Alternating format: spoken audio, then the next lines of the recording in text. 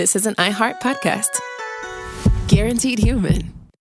The springtime thaw is finally here. Flowers are blooming, days are longer. We're saying yes to more plans and finally getting outside, running, walking, just moving again. It's the perfect time to upgrade your everyday go-tos with Bombas. Take Bombas sport socks. They're super comfortable and designed with sport-specific tech for running, cycling, yoga, hiking, you name it. I use them to run in, and I can tell you they work beautifully. So head over to bombas.com and use code SYSK for 20% off your first purchase. That's BOMBAS.com, code SYSK at checkout. Hey folks, owning a home means one thing. Something's gonna break. AC, plumbing, fridge, and it's never convenient or cheap. That's where American Home Shield comes in. An AHS Home warranty can help protect your wallet from pricey breakdowns on even your oldest appliances and systems. And if they can't repair the covered item, they'll replace it. So check out American Home Shield and get 20% off any plan at ahs.com/SYSK and see promo details. See ahs.com/contracts for coverage details, including service fees, limitations, and exclusions. American Home Shield. Don't worry. Be warranty. Welcome to Stuff You Should Know, a production of iHeartRadio.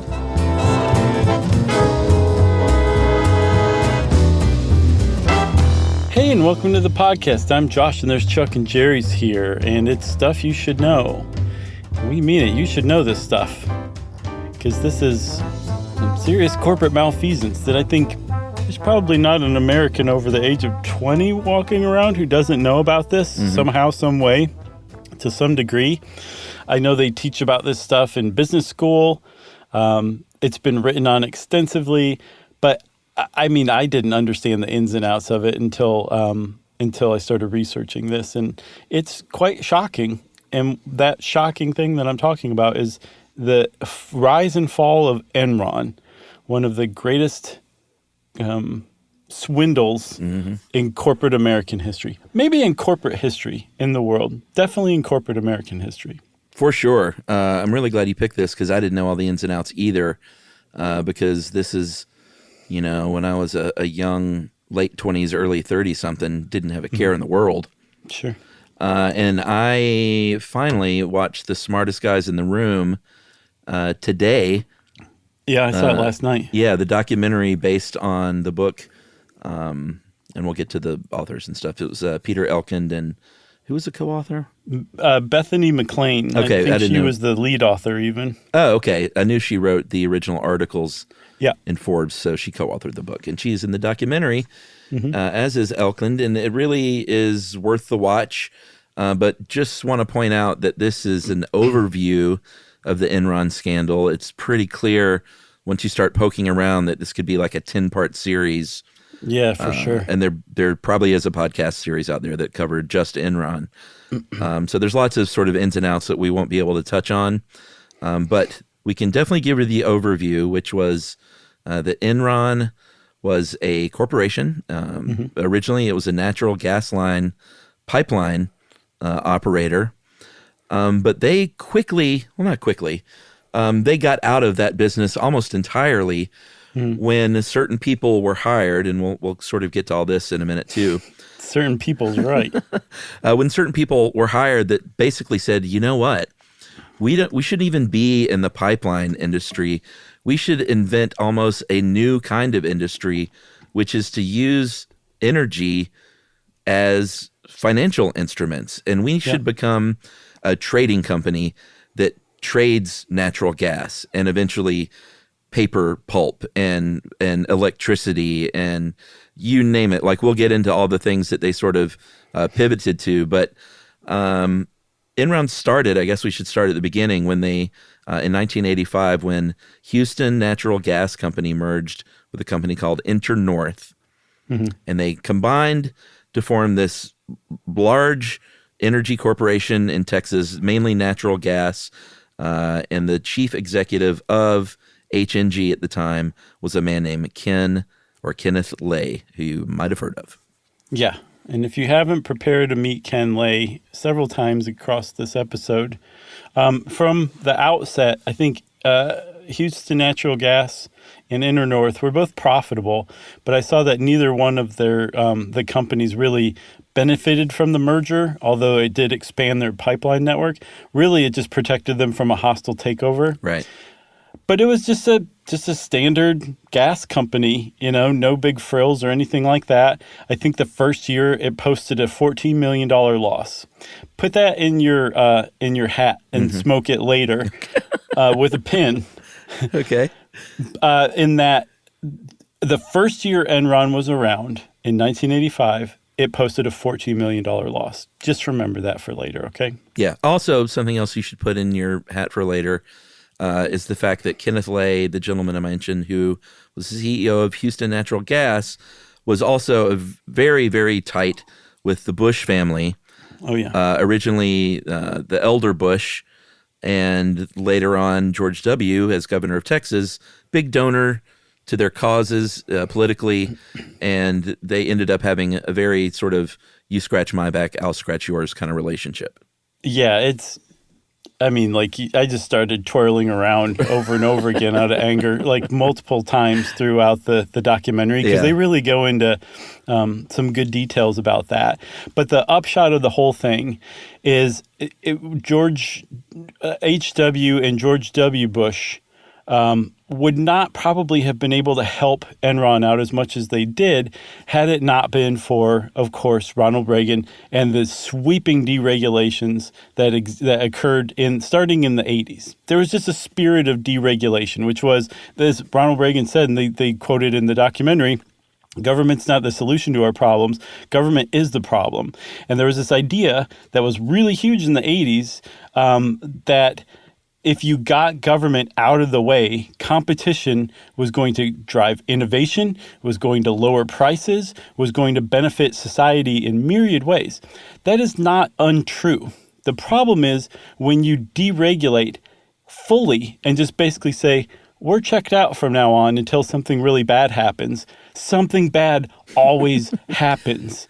That's the problem with deregulation in the 80s. Not that there's a problem with deregulation, that it was done incorrectly like it seems to be every single time. Yeah. I mean, Reagan is also in the documentary quoted as talking about the magic of the marketplace.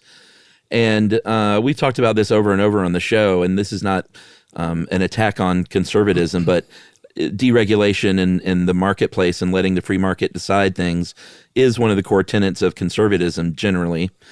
And what we've always kind of hammered home year after year is, and you said it in one way, but I'll say it in another, is it never takes into account humans are the ones that are operating these systems. And when you have money, lots and lots of money, and you have humans operating systems, there are inevitably going to be greedy humans with so much hubris that they sell their souls to make money. And that's what happens every single time, yet it's still, lessons are still not learned that there are certain kinds of humans, and they always seem to be the ones in charge here of these systems. They will take advantage of them to the detriment of the little guy and the little lady. And that is 100% what happened with Enron. Yeah, and I don't know if it's always like they're not taking into account human greed.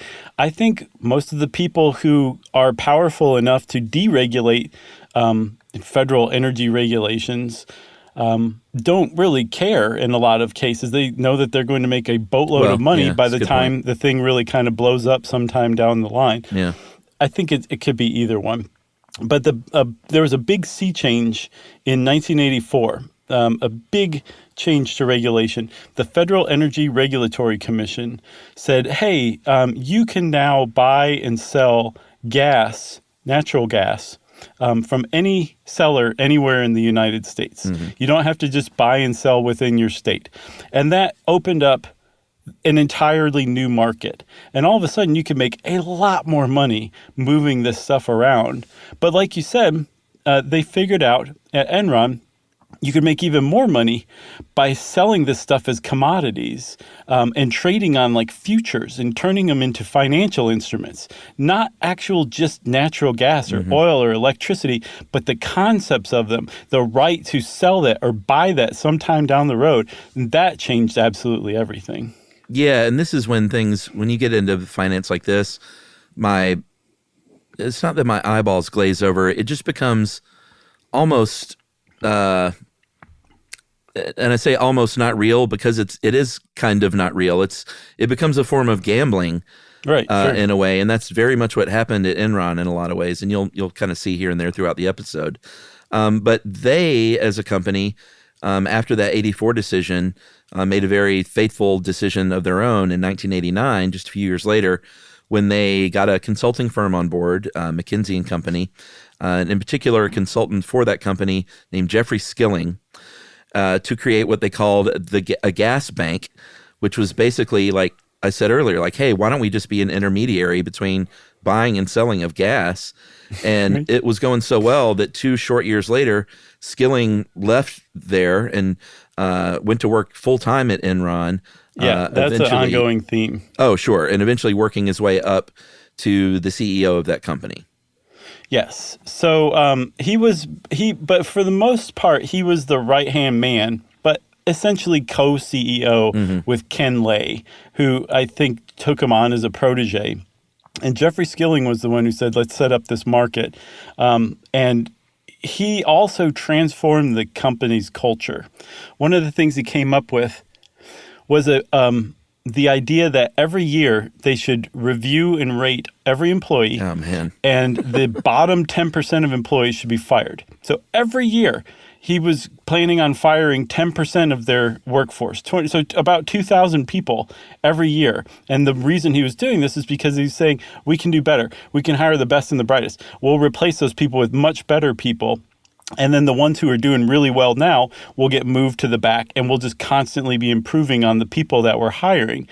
It makes sense in a really Machiavellian kind of way, but it's also psychotic as well. Yeah, and the way I understood it from the documentary, it wasn't just like regular upper management reviews of the people that report to them, but it was all the employees rating one another like within their department. Isn't that right? Yeah, that's what I took it as too. So, I mean, you don't have to like be a soothsayer to see where that heads when, and it certainly creates competition if that's what they're all about with, the sort of the charter of the company, creating more competition by deregulating. They sort of did the same thing within the ranks and created I've seen it described everywhere as it's just overly macho and testosterone fueled. Yeah. It seems like the traders there were hired and kept on that were especially aggressive. And there are interviews in the documentary about some of these men who were traders that were like, you would cut the throat of the guy next to you on the trading floor, your fellow employee, if you felt like you could make a few extra bucks. Yeah, and that was very much encouraged not just by Jeffrey Skilling, but Ken Lay had a history of at the very least turning a blind eye, if not actively encouraging people to break the law, do immoral stuff that may or may not have been legal, all in the interest of maximizing profits. Like if you were making money and you got in trouble, you didn't get fired because you made money for the company. That's all that mattered, was making money for the company. So in that sense, Jeffrey Skilling was a really great protege for Ken Lay. But he was like Ken Lay on steroids. And I get the impression, and Ken Lay is always, or back in the day, he was a master at presenting this really laid back, almost detached persona. But if you watch the documentary and you read about him, you really get the impression that he knew exactly what outcome was 10 steps down the road. Yeah. By just nudging this thing over here, nudging that thing over there, all with plausible deniability, but at the same time presiding over this incredibly complex, complicated, masterful machination that was all dedicated to the service of making money by whatever means possible. Yeah, and Lay, I mean, the reason the documentary is called The Smartest Guys in the Room is because I think unequivocally everyone would admit that Ken Lay and Jeffrey Skilling, and we should introduce you to a young recruit named Andrew Fastow, who was a key player, eventually becoming the CFO, and was up to all kinds of shenanigans.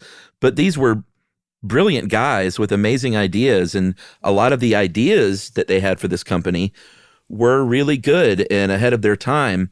But they had the notion that you should be able to trade and make money off of great ideas and not necessarily the results of those great ideas. Because time and time again, as you'll see as we tell this story, these ideas were not making actual money. Maybe because some of them were ahead of their time, but that didn't matter because they had ways, very creative ways to hide those debts and losses. And that's that's the whole sort of fall of Enron is wrapped up in that statement. But these are all really, really smart guys, and they were really, really good at making money. And maybe we should take a break there. It's a nice little setup. All right. And we'll come back and talk a little bit more about their lobby to deregulate and then some of the early shenanigans right after this. Stuff you should know.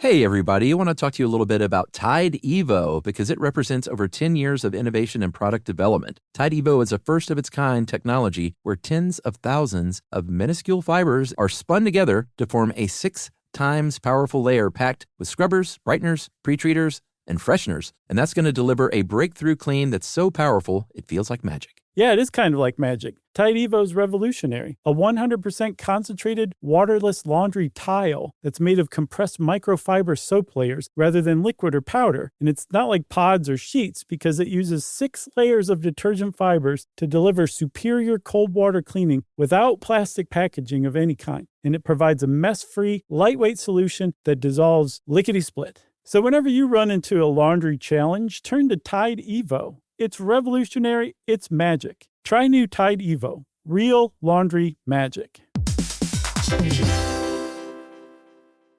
All cat parents understand the feeling of being ignored by your cat and often asking yourself, does my cat even love me? And there is only one solution to solve that, Sheba. Feed your cat Sheba and go from feeling ignored to truly adored in 12 days guaranteed or your money back. Sheba has a menu of products, appetizers, entrees, treats, and even a kittens menu. So Sheba has a product for even the pickiest eater, like the Sheba Puree, which is made with bone broth. It's a protein-rich, lickable treat with chef-inspired flavors. It has a smooth and creamy texture that cats love. Plus, it supports a strong bond between pet parents and their cats with a hand-fed cat treat. It also contains no corn, wheat, soy, or artificial flavors. So instead of feeling ignored, you're suddenly the center of their world. It's basically a fast pass to favorite human status. Next time you're wondering if your cat loves you, grab Sheba Puree or explore their entire range of textures and flavors at your local retailer. To learn more, check out Sheba.com. Spectrum Business keeps businesses of all sizes connected seamlessly with fast, reliable internet, advanced Wi-Fi, phone, TV, and mobile services. That's right. And Spectrum Business offers 100% U.S.-based customer support 24/7 to help you stay up and running. And they offer tailored connectivity solutions with packages built for your business budget. Yeah, so it's no wonder millions of business owners rely on Spectrum Business to keep them connected. Visit spectrum.com/business to learn more. Restrictions apply. Service is not available in all areas. Stuff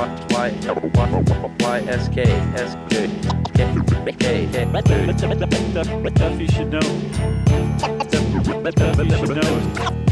Okay, so about 6 years after that big deregulation from FERC that said you can buy gas and sell it wherever in the country, that opened up a huge market, there was another watershed deregulation that reversed an act that went back to 1935. Yeah. The Public Utilities Holding Company Act, PUCA. I love that one. Mm-hmm.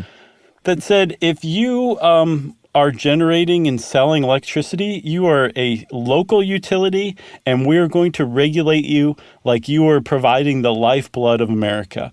Because they are. Electrical utilities provide the lifeblood of America and have since long before 1935. And in 1990, they managed to get that reversed, and now all of a sudden, anybody could buy an electric utility, and Enron definitely jumped on that. Yeah, for sure. Their lobby was strong, to put it mildly. They hired lobbyists to lobby different states, and those states, as no surprise, ended up getting millions of dollars flowing back toward Enron. Mm-hmm. I think they hired lobbyists for at least 37 states. They also helped overturn a law in 1988 that said the military has to buy power from local utilities, and they said, no, let's open that back up. And pretty soon, Enron got a $25 million contract for supplying electricity to Fort Hamilton and Brooklyn. And these are just, I mean, 25 million ends up being peanuts in the grand scheme, but these are just examples as they sort of ramped up to their schemes of how they deregulated or lobbied to get things deregulated such that it was allowed to happen. Right. And one of the schemes that got the attention of the entire country in 2001 was an electrical scheme in California. California had undergone its own electrical deregulation, power deregulation, but it had adopted this weird patchwork compromise law or set of laws that just had loopholes you could drive a truck through, and that were just really created all sorts of legal gray areas.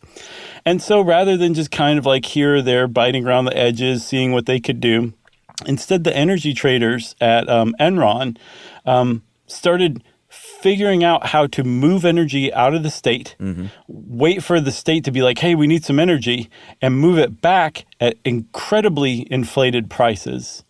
They would purposefully take electrical utilities that they owned offline to generate more demand, a spike in demand, and so they could raise prices again. And they actually basically crippled California. I think I saw that California had a couple dozen blackouts in 6 months after that deregulation, after Enron started coming in and messing with stuff. Whereas the 6 months before deregulation, they had one blackout. So if you watch the documentary and you listen, you read some other sources about it, this was an entirely fabricated a scarcity of electricity. There was plenty of it. Enron just figured out that they could kind of pull this lever and that lever and charge way more by creating this fake scarcity. Yeah. And by pulling a lever, like literally sometimes they called up a power company, a power plant, and said, pull the lever to the off position. And they have them on tape. They play this in the documentary. Well, they called one in Las Vegas and said, hey, man, can you take this thing offline for a few hours and just make something up? Because a rolling blackout meant big money. All of a sudden, California, again, was buying their own energy back at a higher rate. And Governor Gray Davis at the time, and this is, I'm not like giving some full-throated endorsement to any effectiveness of Gray Davis as a governor, because I really don't know, but he definitely was sort of left holding the bag and scratching his head like, what's going on here? Like, we've got plenty of energy, and it just all through the documentary, people are saying like, this just isn't adding up in California. And some of those tapes that they play of these traders, like there was that natural wildfire that broke out that jeopardized one of the pipelines, and these guys are on tape on the phone with each other saying, burn baby burn, because that's good for business if it knocks something offline.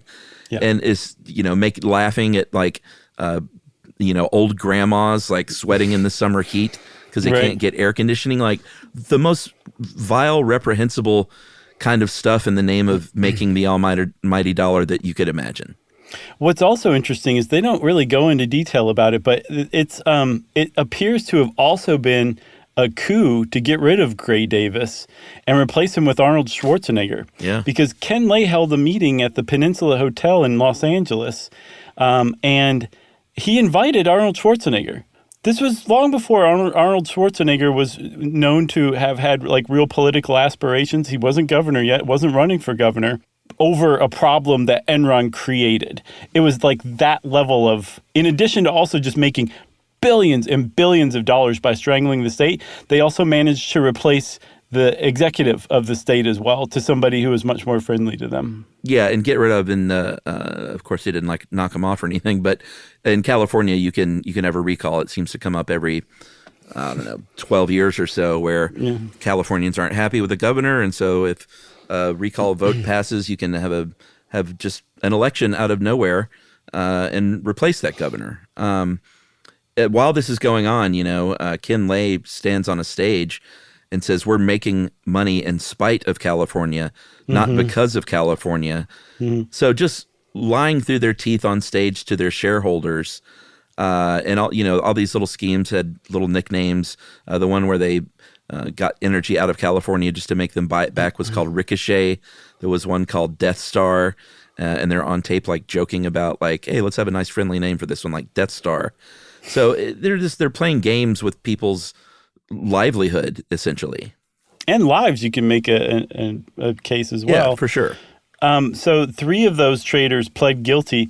Jeffrey Richter, John Forney, and Timothy Belden were 3 of those traders who manipulated California's energy market, costing the state between $40 and $45 billion in retrospect of unnecessary electrical prices and costs. All right, so Enron is doing great. They're making a lot of money.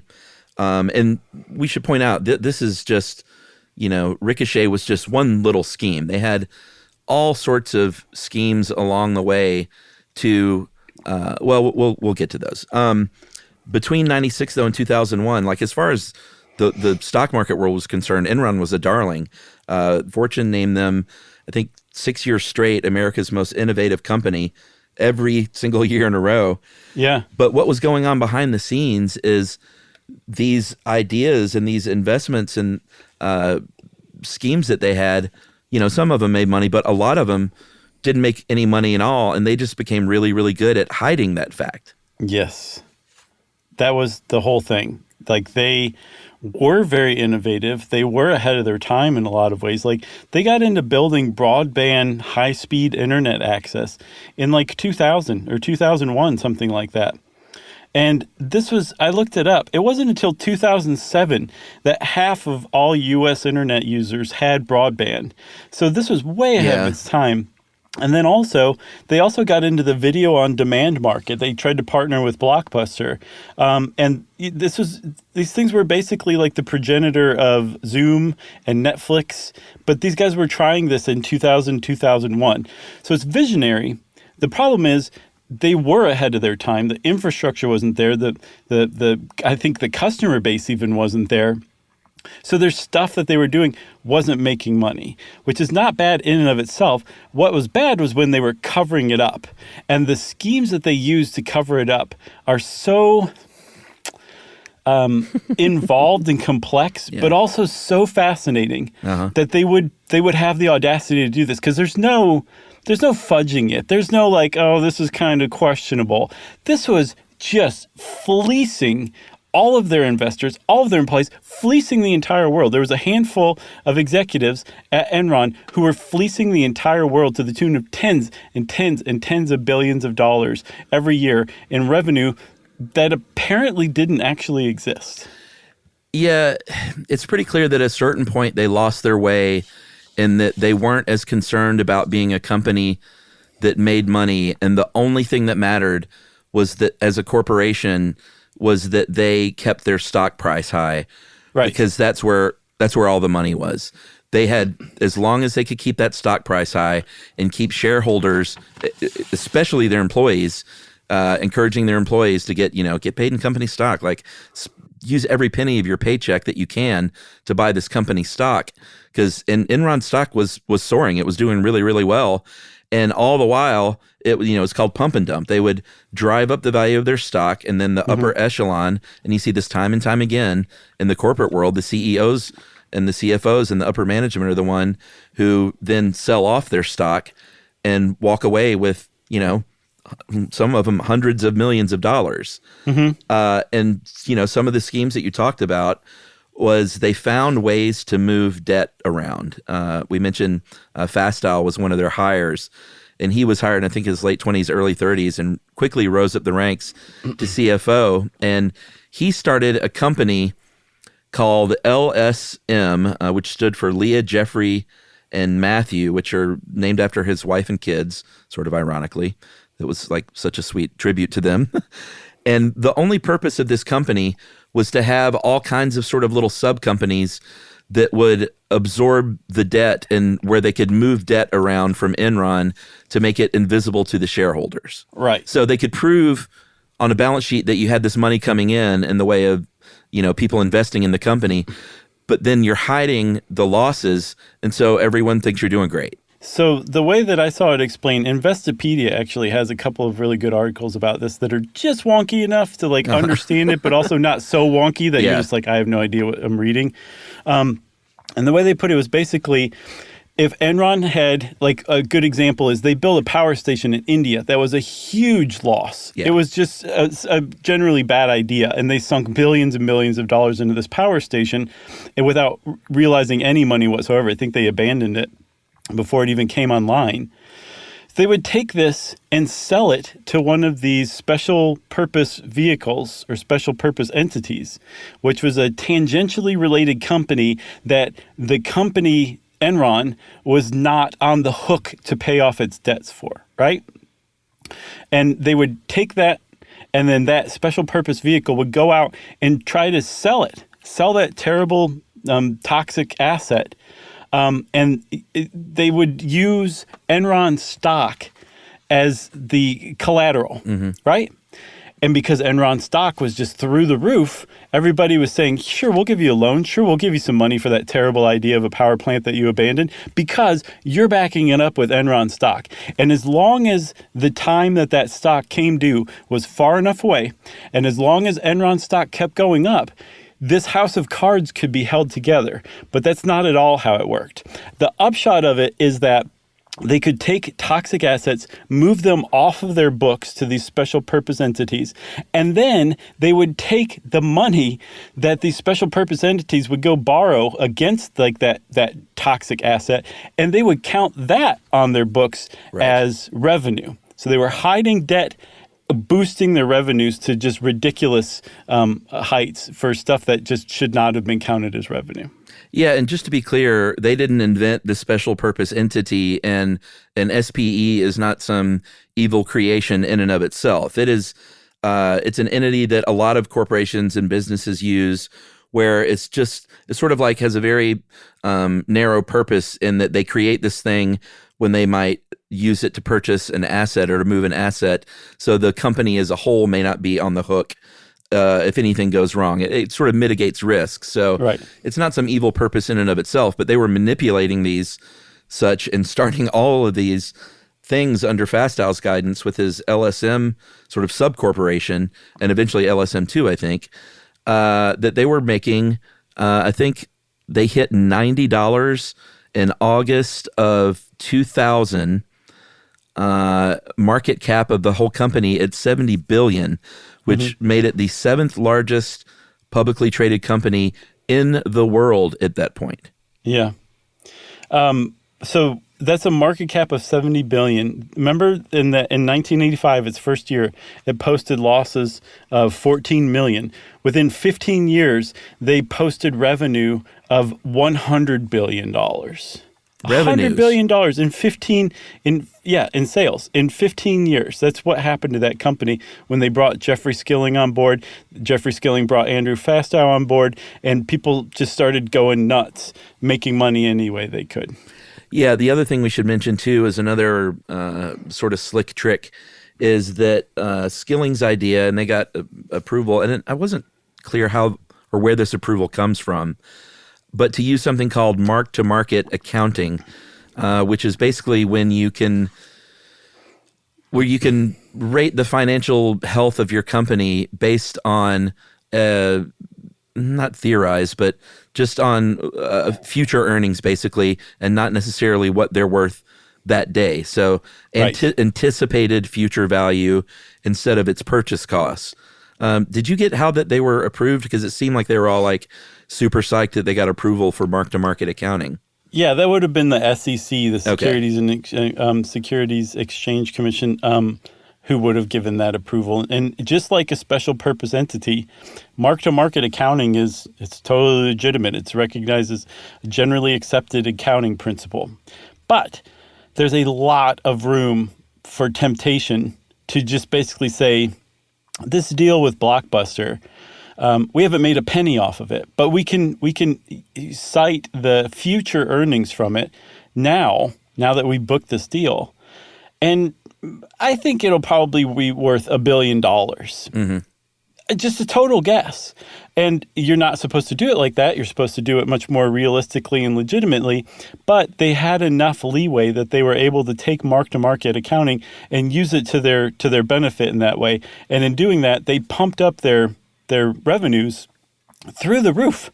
Like the deal would just be inked. They wouldn't have seen a penny from it, and they would add it to their balance sheets as revenue. Yeah, it would become part of the ledger before like a real penny was made. Exactly. And sometimes the pennies weren't made. And if the pennies weren't made, don't forget, those debts would be moved to a special purpose entity. So they wouldn't have these toxic assets on their books, even though they very much owned and were indebted for these toxic assets still. Yeah. I mean, like I said, these were brilliant people. And like they had all their bases covered, except for the fact that we all know that a house of cards will eventually fall. It's that hubris thing that just blinds people into thinking that it will always, like when that kind of money is rolling in, I think it blinds certain people so much that they don't understand who it's hurting at the time, or they don't care, or they think it's always going to be rolling in like this, or they think, hey, I'm going to get mine now. Because there were people in Enron. I mean, we'll talk about a whistleblower that eventually sort of came out, and journalists who were poking around. But there were people that started looking at this company, the darling of Wall Street, and saying, something's not right here. Like, something's not adding up. Like, you can't even explain how your cash flows through your business in a way that makes any kind of coherent sense. And anytime they were confronted with this, Skilling and his cronies would get very haughty about it and just be like, well, what do you mean we can't explain that? Like, sure we can. It's really easy. You just can't understand it. Yeah, you just can't understand it. Right. Oh, it makes your blood boil. Let's take a break, and then we'll come back and talk about the downfall. How about that? Yeah, the downfall. Stuff you should know.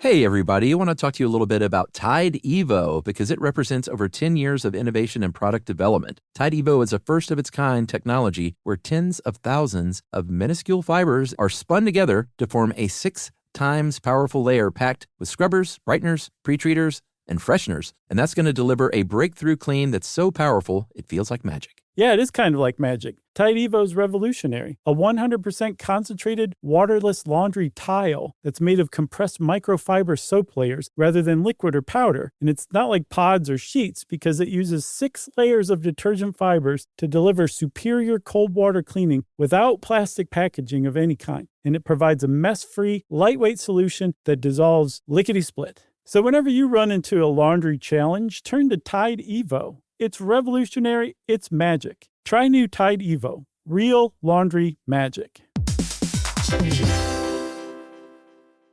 All cat parents understand the feeling of being ignored by your cat and often asking yourself, does my cat even love me? And there is only one solution to solve that, Sheba. Feed your cat Sheba and go from feeling ignored to truly adored in 12 days guaranteed or your money back. Sheba has a menu of products, appetizers, entrees, treats, and even a kitten's menu. So Sheba has a product for even the pickiest eater, like the Sheba Puree, which is made with bone broth. It's a protein-rich, lickable treat with chef-inspired flavors. It has a smooth and creamy texture that cats love. Plus, it supports a strong bond between pet parents and their cats with a hand-fed cat treat. It also contains no corn, wheat, soy, or artificial flavors. So instead of feeling ignored, you're suddenly the center of their world. It's basically a fast pass to favorite human status. Next time you're wondering if your cat loves you, grab Sheba Puree or explore their entire range of textures and flavors at your local retailer. To learn more, check out Sheba.com. Spectrum Business keeps businesses of all sizes connected seamlessly with fast, reliable internet, advanced Wi-Fi, phone, TV,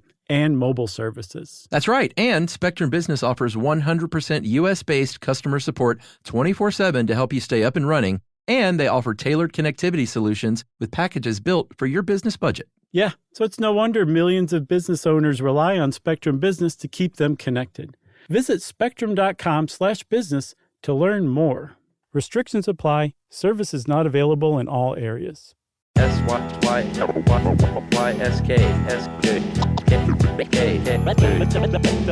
you should know.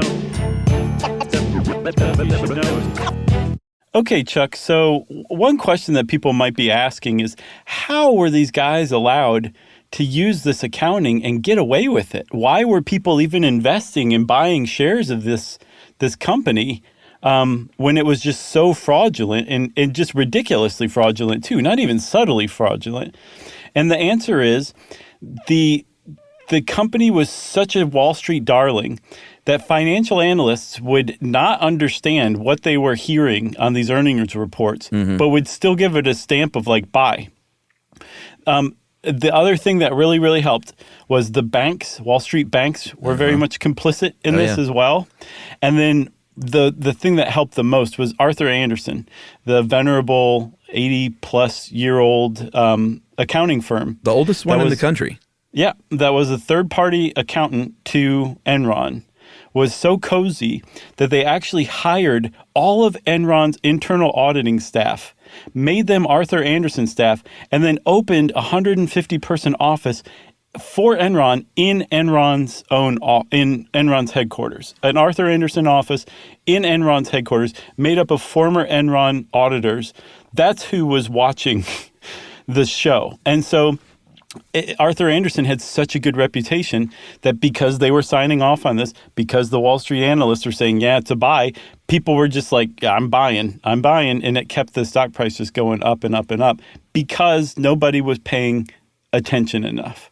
Yeah, there was one person in the doc that said, that kind of crystallized it, which was like, I'm paraphrasing, but he was talking about the fact that when this kind of stuff pops up in corporations, like it's not like this, the Enrons are everywhere. There is all kinds of malfeasance for sure in the corporate world, but he basically said somewhere along the way, it doesn't get this big because a legal team says you can't do this, or your accountants say you can't do this, or the bank say we can't get involved in this.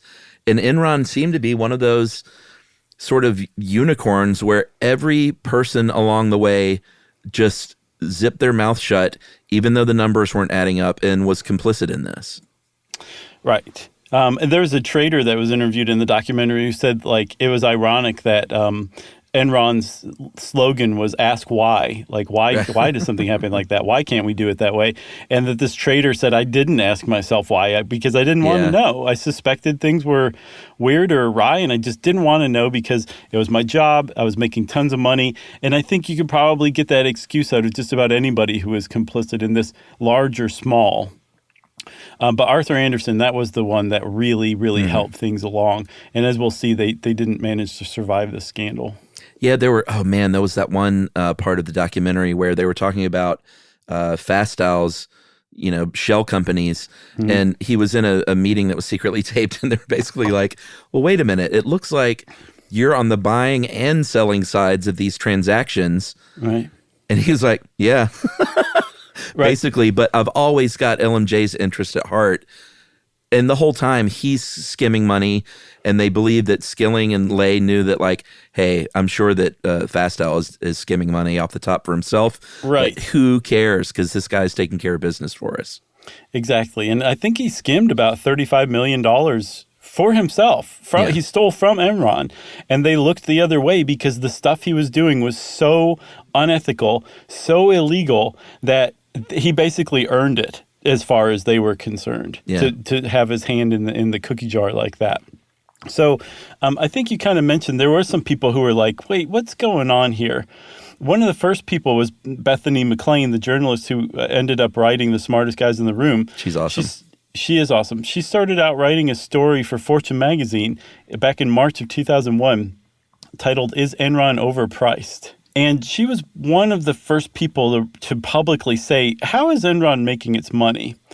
But she wasn't the first to hit on this. There's another guy named Jim Chanos of Kynikos Securities, I think, maybe. Okay. And I think he's in the documentary. But he started shorting Enron in 2000 because he noticed, very simply, their cost of capital, so the cost of doing business, was more than their return on investment, which automatically means that they were not a profitable company, which totally was contradicted by all of their earnings reports and filings. And he saw this and he said, this is not right, and I'm going to start making money off of the future downfall of this company, and made hundreds and hundreds of millions of dollars shorting Enron stock starting in 2000. Yeah. The whistleblower, too, was an executive named Sharon Watkins. Mm-hmm. And she pops up a lot in the documentary, obviously, is key to the story. She didn't whistleblow while this was all going on. It was sort of after the ship started sinking. But we'll talk a little bit about how that all happened and where she ended up. But what happened in August of 2021, Skilling had replaced Lay as CEO in February of that year. And on August 14th, 2021, Skilling, out of nowhere, and he had just taken the reins, a handful of months before, Skilling quits out of nowhere. He resigns. He cited personal reasons. And what was going on was the Titanic sprung a leak. Right. And as they described in the documentary, he was one of the first rats to try and get off the sinking ship. Yeah, and it's like if you are a CEO of a huge company, you don't just leave like that. That is an enormous red flag. There's like a whole process and procedure for finding your replacement, grooming them, introducing them to the rest of the world. You don't just leave like that. And that was such a red flag that whistleblower, what's her name, Sharon Watkins? Yeah. She wrote an anonymous letter to Lay basically saying, hey, there's a lot of fishy stuff going on around here. And now that Skilling suddenly departed, everyone's going to start having questions and this whole house of cards is going to fall. And Lay apparently didn't do much about it. And she came to Lay later on and said, I'm the person who wrote that anonymous letter, and I'm really concerned about this. And ended up trying to keep it in the company, because I get the impression that she thought it was something, especially now that Skilling was gone, that could be resolved internally. I think she really underestimated the extensiveness of the corruption and at the company, and thought it was a few people when really it was a large cadre of people who all were complicit in this. And I get the impression that's why she didn't really blow the whistle publicly at that point. But apparently Ken Lay, once he found out that it was Sharon Watkins, consulted legal counsel to figure out how to fire her legally. Yeah. The same day that Skilling resigned on August 14th, the broadband division that we talked about earlier reported $137 million loss. Analysts, and we should point out too, as far as the analysts go, they were always installing friendly analysts and only working with friendly analysts. Right. But they finally got the clue. They dropped their ratings for the stock. The end came very, very swiftly for Enron. Mm-hmm. On October 12th, Arthur Andersen's you still remember all the shredding jokes on late night TV that ran for months and months. Yeah. Arthur Andersen's legal counsel said, everybody shred everything. Destroy every file that you have on Enron. And in one day, they shredded literally 1 ton of paper. Yeah, and that was just one day. They apparently shredded around the clock from October 22nd to November 8th. And that was just 1 ton one day. They shredded literal tons of documents. Just shred. If you were an executive at Andersen, you were probably working a late night shift shredding alongside everybody else. It was like that. And it was apparently at a time where you could legally do that and not be, indicted for it. But that was not a good look when it came out that Arthur Andersen was the auditors of this company were shredding tons of documents. And the SEC got wind of this, and they said that they're going to start investigating, finally, the special purpose entities that Fastow had set up. And so Enron fired Fastow that same day. And I think that was in November or late October of 2001. And right after that, on November 8th, Enron said, hey, everybody, do you remember all of our all that money we said we made going back to 1997? We're going to need to restate our earnings. Yeah. One of the first things they did was they reported a $618 million loss for Q3 of 2001. Mm-hmm. Q1, they posted a $406 million profit. Q2, a $404 million profit. Q3, a $618 million loss. So they finally came clean. They finally said, this accounting is off, and this is how radically it's off. Yeah, I mean, that is, if a company is restating their earnings for that period of time, right? At all, like mistakes can happen, but that's a real bad sign. Yeah. They almost got a lifeline in I guess late October of that year when they tried to merge with a company called Dynegy Incorporated, and that deal fell apart on November 28th. They backed out of the deal. Dynegy did, and then. What is this? 4 days later, on December 2nd, Enron filed for the largest Chapter 11 bankruptcy in U.S. history. Up to that time, $65.5 billion company filed for bankruptcy. That just did not happen. If you had that kind of money, you could have a fire sale and sell off stuff for way less than you paid for it, but you could still survive. And that just goes to show you like just how fraudulent this company was. They couldn't have a fire sale and make up that kind of debt that they owed. I think was $72 billion, I think, in debt that they finally were found to have owed. And at the time, it was the biggest. In 2008, we saw what big really was. Yeah. Lehman Brothers, for example, had $639 billion in assets when it filed for bankruptcy and went under. But at the time, Enron was like eye-popping as far as bankruptcies went for corporations. Can you imagine the wave of relief that swept through Dynegy Incorporated? Yeah, when Enron for sure declared bankruptcy a few days later after they backed out.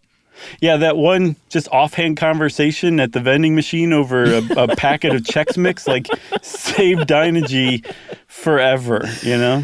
This seems like a bad deal to me, crunch, crunch. Right. And Dynegy, by the way, went on to become Apple. Right. So the fallout from this, there are a lot of victims. 20,000 employees, 20,000 employees lost their job. And how long did they have to get out? What did it say in the documentary? Like a day. I think they had the day. I think it was less than that. I feel like it was hours or something. Mm-hmm. Basically, pack your S and get out of here, everybody. Yeah. And like literally this huge, tall building has thousands of people just leaving all day with bankers' boxes with their contents of their desk in it, like the ultimate movie trope. Every employee that had been told for years and years, hey, you got to invest everything you can in that 401k because Enron is, look at the stock. We're going places and that money will be safe there. They obviously lost almost everything. There was the rank and file employees. There was one in the documentary that said he had about close to $350,000 in stock that he ended up dumping for $1,200. Yeah. They froze the stock accounts of the rank and file while upper management was actively still cashing out. Yeah, that was a really scummy move. They, I'm sure, purposefully changed 401k providers in the midst of all this. And when you do that, there's a minimum 30-day freeze as you transfer assets over. So these poor employees couldn't sell their shares, like you said, while the executives were making tens and tens of millions of dollars worth of option trades. Yeah. I mean, it's just mind-boggling. That, to me, is probably the worst part of the whole thing. Well, and, tie with that, their severance package averaged about $4,500 for the average employees, while management bonuses totaled more than $55 million. And that's just bonuses. That's not cashing out stocks. Right. And Livia, who helped us put this together, great job on this article. Yeah, agreed. Pointed out something like other fallout, like you never even think about, which was Enron was a very big investor and donor in local nonprofits in Houston. Mm-hmm. And all of a sudden, all that money is cut off. And like the Red Cross chapter had to cut its budget from $12 million to $9 million in 1 year, largely because the money dried up from Enron. So the fallout was far and wide. And that's not even mentioning, like we're talking about the employees who had stock in the company, like every other human being that had just stock in Enron that had nothing to do with it lost all their money. Yeah. I mean, the stock price was at 90 at one point, and it dropped down to, I think, 40 something cents in like a year, basically. So yeah, the employees in particular and the retirees who had already left and whose pension funds were just totally evaporated, meaning you're going to have to go get a job as a Walmart greeter now because you can't afford anything. They are definitely the greatest victims of all this. I saw Ken Lay's lawyer afterward portray Ken Lay as the greatest victim of all of it because he apparently lost a few $100 million. And he didn't say it himself, but he definitely tried to say, like, I lost so much money, there's no way I could have known what was going on. And that fell on deaf ears. And that same defense was used by Jeffrey Skilling, too. Yeah. I didn't know what was going on. And so what they tried to do was pin the whole thing on Andrew Fastow, who had been fired, who had skimmed $30-something million himself, so had demonstrated he was a criminal. They tried to play like he was a rogue CFO that had done all of this under the very nose of Jeffrey Skilling and Ken Lay, and that they hadn't known. And the public, Congress, the courts, juries, everybody said, you have to be kidding us. Yeah, and they were right. In the end, Fastow pleaded guilty to 2 counts of wire fraud and securities fraud in return for being a witness against Skilling and Lay. I think had a 10-year sentence for what was going to be a much larger sentence, ended up serving 5 years, and then got out into 2011 and started, getting paid as a speaker to corporations about business ethics. To his credit, I guess, 20 years on, he came out officially and apologized for everything. Seems to really have turned the corner and learned a lesson, although you never knows what is going on in someone's heart from the outside. Arthur Andersen completely went away, the oldest accounting firm in the country, never recovered, completely folded and went out of business. The Sarbanes-Oxley Act was enacted basically because of Enron in 2002, which was, and I remember years ago when we were working in our early days at How Stuff Works, there was a lot of like Sarbanes-Oxley talk. Do you remember that stuff? Yeah, because they came up with the Frank Dodd Act to basically undo or combat against future stuff from the 2008 financial crisis. Yeah. This was the same thing 6 years prior. Like Enron had such a huge effect that they passed a law that basically point for point outlawed all the stuff that Enron had done. They did the same thing with the Dodd-Frank Act, or they tried to.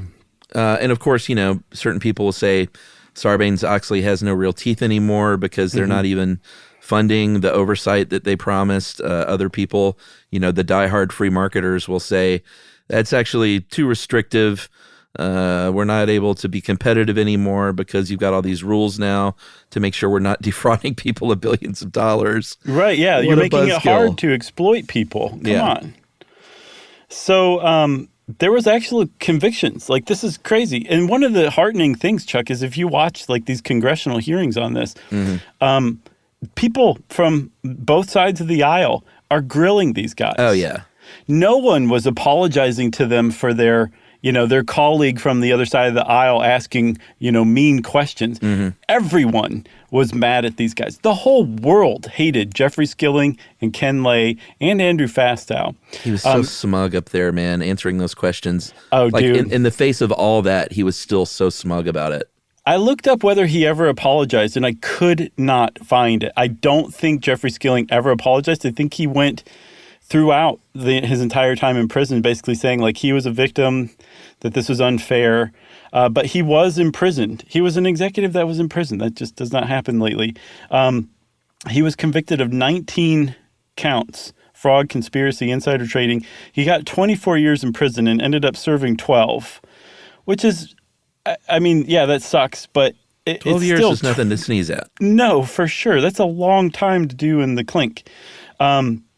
And then Ken Lay, he was convicted on 10 counts, but he wasn't able to be sentenced because he died of a heart attack 6 weeks after being convicted. Yeah. And I think his conviction was vacated. Yeah. Skilling now is out and works at an oil and gas analytics startup. It seems that other people, I think I mentioned that Fast Al was on the speaker circuit. The whistleblower, Ms. Watkins, was named Time's Person of the Year in 2002, and I believe is also now a paid speaker and executive in residence at Texas State University. And then there was a matter of, because I was like, Livia didn't get to it, but I was like, well, surely there was some sort of making it right for these people who lost all this money, right? And there were lawsuits that came out and settlements that came out. Different people ended up paying different things. I think it was a $7.2 billion settlement from Enron. I believe the banks were on the hook. I couldn't tell if the banks were on the hook for some of that or if it was a separate thing. I don't know. I saw that they squeezed a total of $20 billion out of Enron before they let it go. Okay. I don't know, but I did see the banks were definitely on the hook just for being complicit. I don't know if that was in addition though either. Yeah, I think it says right here that the bulk of the settlements, almost $7 billion of it, came from J.P. Morgan Chase, Citigroup, the Canadian Imperial Bank of Commerce. Lehman Brothers chipped in, Bank of America chipped in, the Big Five auditing firm, Arthur Andersen, of course, we talked about. They chipped in, I think, well, I don't see how they could have chipped in if they went out of business, but I guess they chipped in before they went out of business. All right. So, if you hear this story, especially if you're used to us in our podcast, you might be like, well, guys, you didn't really get to the other side of the story. There is no other side of the story. This is one of those rare stories that is basically black and white. It was just, there's no redemption. There's no explaining it away. There's no apologizing for it.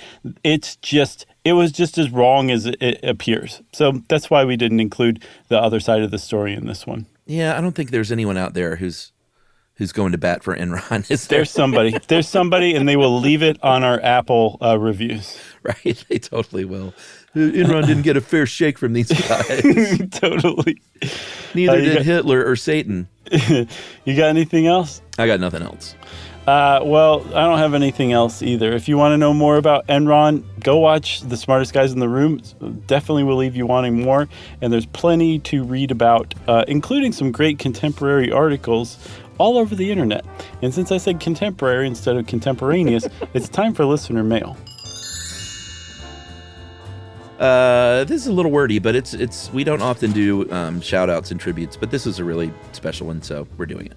Nice. Hey guys, this is from Gavin, recent college graduate and history enthusiast. And Gavin says, I've been listening since I was 15, over 7 years now. My mom was the one who introduced me to the show, and we've both been listeners ever since.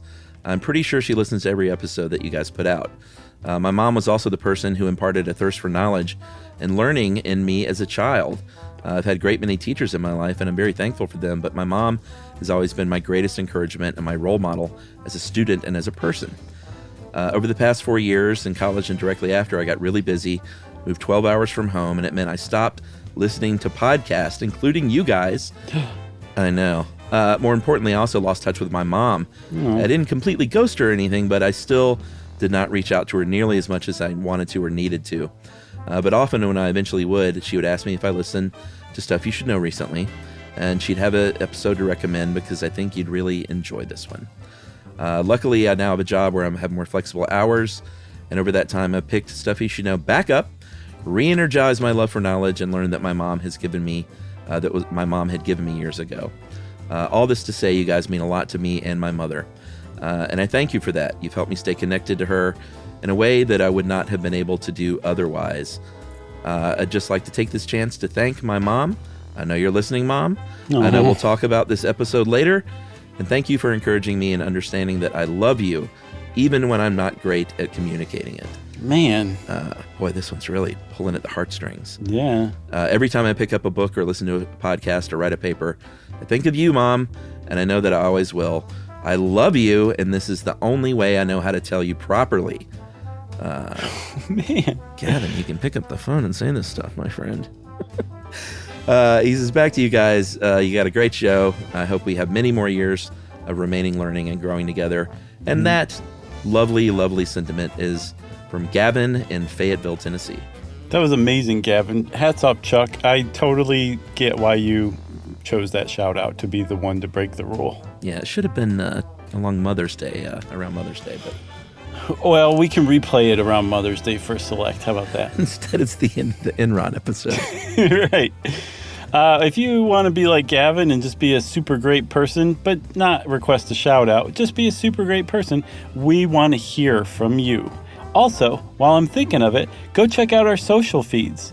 They used to suck, now they're great. Also, if you want to get in touch with us, like I said, you can hit us up via email at stuffpodcast@iheartradio.com. Stuff You Should Know is a production of iHeartRadio. For more podcasts from iHeartRadio, visit the iHeartRadio app, Apple Podcasts, or wherever you listen to your favorite shows.